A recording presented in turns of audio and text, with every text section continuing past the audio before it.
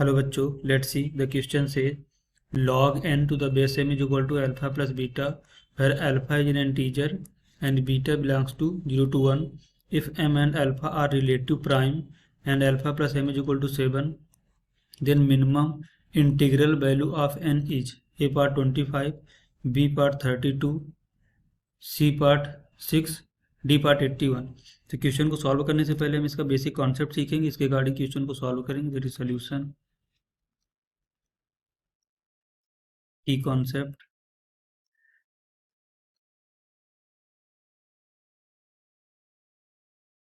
log x to the base m is equal to y.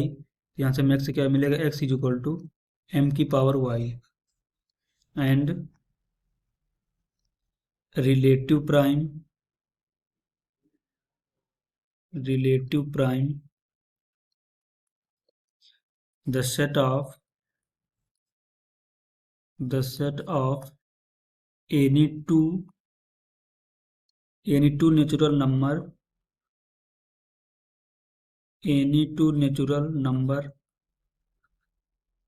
numbers which have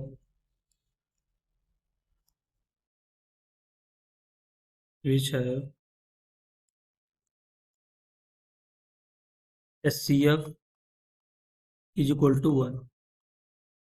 तो हम इस basic concept का use करेंगे, इसके रिगार्डिंग क्वेश्चन को सॉल्व करेंगे. सो नेक्स्ट स्लाइड में देखते हैं. देखो हमारे क्वेश्चन में क्या गिवन है, log n to the base m is equal to alpha plus beta. इसको फर्दर सिंप्लीफाई करें तो यहाँ से हम n क्या मिलेगा, n is equal to m की पावर अल्फा प्लस बीटा. देखो ये क्या बनेगा, यहाँ से हमारा इक्वेशन नंबर 1.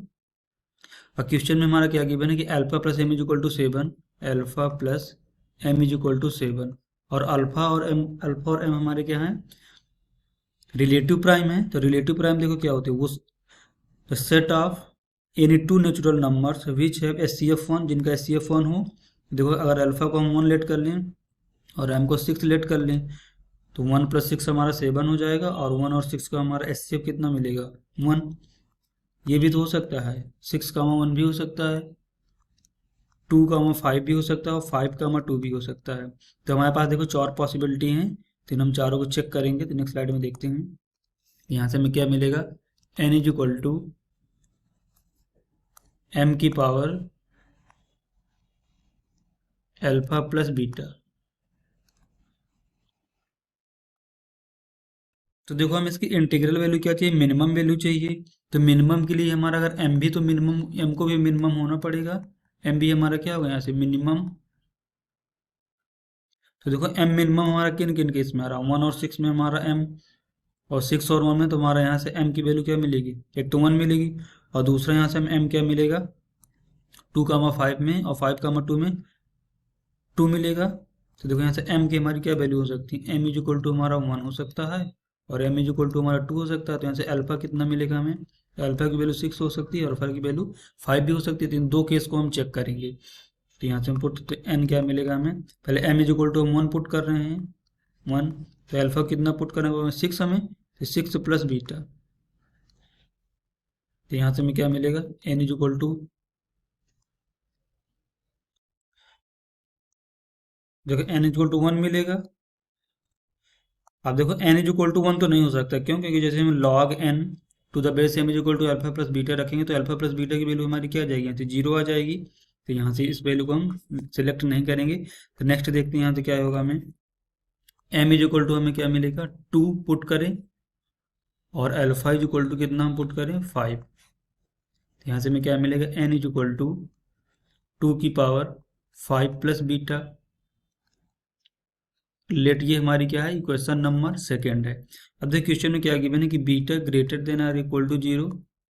देखो यहाँ से हमें क्या मिलेगा, 5 प्लस बीटा क्या मिलेगा, 5 plus beta greater than or equal to 5 less than 6. यहाँ से क्या मिलेगा, 2 की power 5 plus beta greater than or equal to 2 की power 5 less than or equal to 2 की पावर 6. और 2 की पावर 5 प्लस बीटा हमारा क्या है, n है. नेक्स्ट स्लाइड में देखते हैं.